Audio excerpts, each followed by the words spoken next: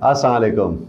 आज मैं आपके सामने फिर हाजिर हुआ हूँ एक ऐसे अहम सेक्टर के बारे में डिस्कस करने के लिए। जैसा कि आप पिछले दिनों जानते हैं कि मैंने गोल्ड की प्राइसेस के बारे में और गोल्ड के बारे में जो रुझानात देखे हैं इन्वेस्टमेंट के, उस पर काफ़ी अच्छी डिस्कशन की। आज एक बहुत अहम सेक्टर है जिसके ऊपर आज हम गुफ्तगू करेंगे और उस पे जो इस वक्त सिचुएशन है कोविड-19 की वजह से, लॉकडाउन की वजह से, उस सेक्टर के ऊपर जो इस वक्त बहरानी कैफियत इस वक्त हमारे मुल्क में, पूरी दुनिया में आई हुई है, उसका एक छोटा सा जायजा पेश करेंगे। और वो सेक्टर है real estate sector. Real estate sector एक बहुत इंपॉर्टेंट सेक्टर है।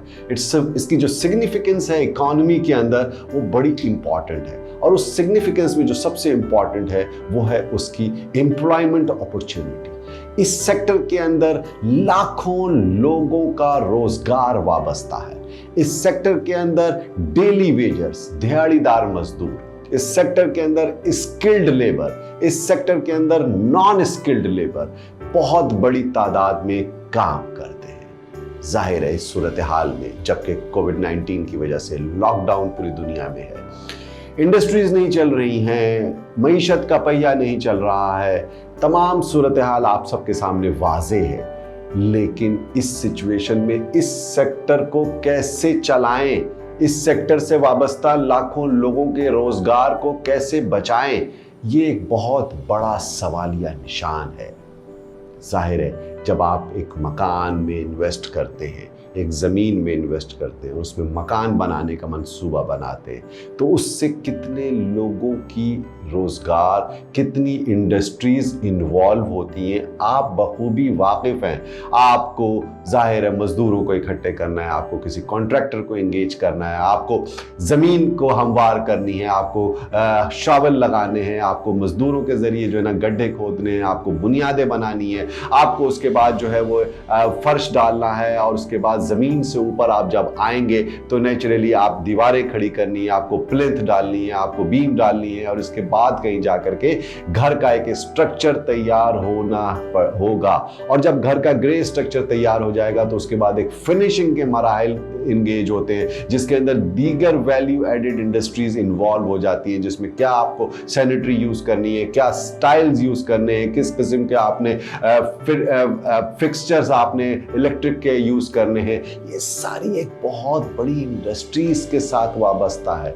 एक आदमी का काम नहीं है, कई लोग इससे वाबस्ता होते चले जाएंगे, और उससे जो वैल्यू एडेड इंडस्ट्रीज हैं, चाहे वो सीमेंट इंडस्ट्री हो, चाहे वो स्टील इंडस्ट्री हो, चाहे टाइल्स एंड सिरेमिक्स की इंडस्ट्री हो, आपके दीगर इलेक्ट्रिकल इक्विपमेंट्स की इंडस्ट्रीज हो, ये सारी इंडस्ट्रीज जो इससे वाबस्ता है, ये इसमें से बहुत सारी इंडस्ट्रीज एक्सपोर्ट ओरिएंटेड भी है।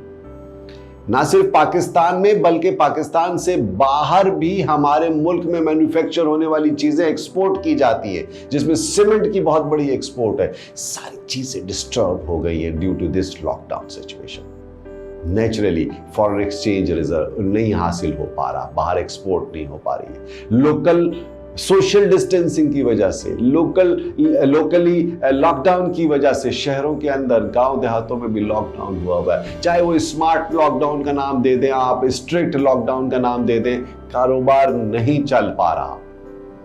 अब जब एक मकान में इन्वेस्ट करना है, किसी को एक मकान को खरीदना है, रियल एस्टेट सेक्टर में इन्वेस्टमेंट करनी है, तो उससे जितनी इंडस्ट्री व एफिलिएटेड इंडस्ट्री है वो सब इस वक्त मुतासर है।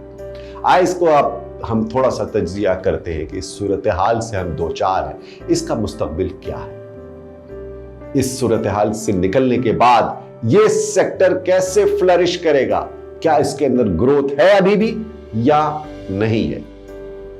सबसे इंपॉर्टेंट बात, इसी दौरान आपने पिछले महीने देखा कि प्राइम मिनिस्टर ऑफ पाकिस्तान ने, गवर्नमेंट ऑफ पाकिस्तान ने एक कंस्ट्रक्शन सेक्टर के लिए, रियल एस्टेट सेक्टर के लिए एक बेहतरीन पैकेज का अनाउंसमेंट किया।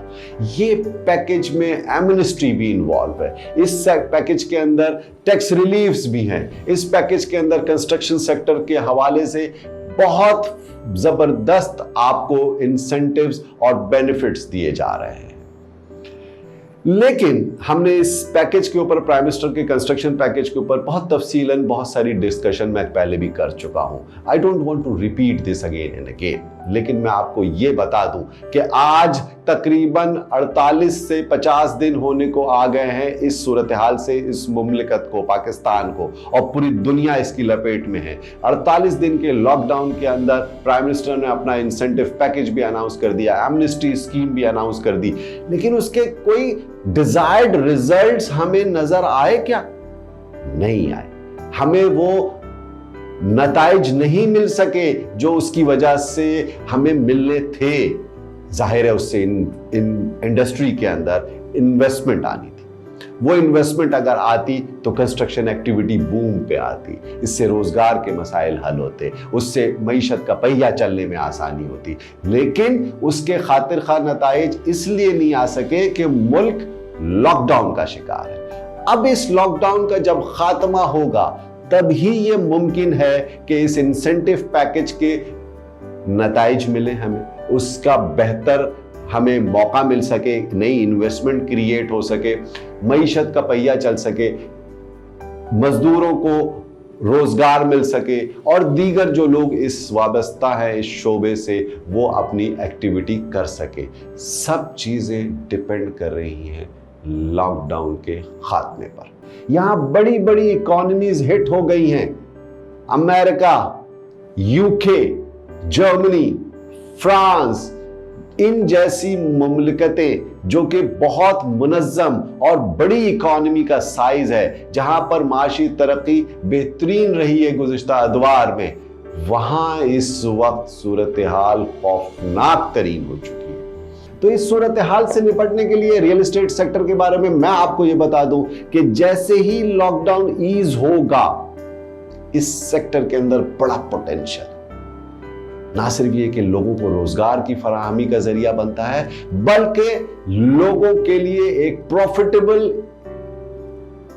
इनकम जनरेट करने का एक तरीका क्रिएट करता है। और रियल एस्टेट सेक्टर के अंदर चाहे आप कंस्ट्रक्शन एक्टिविटी करें, चाहे रियल एस्टेट में जमीनों में सरमायाकारी करें, आपको एक अच्छा प्रॉफिट मार्जिन निकलता है। आपको ये बात पता है कि पाकिस्तान में जरूरत है इस वक्त 1 करोड़ 20 लाख घरों की, ये जेन्युइन रिक्वायरमेंट है पब्लिक की, यहां शॉर्टेज ऑफ हाउसिंग है।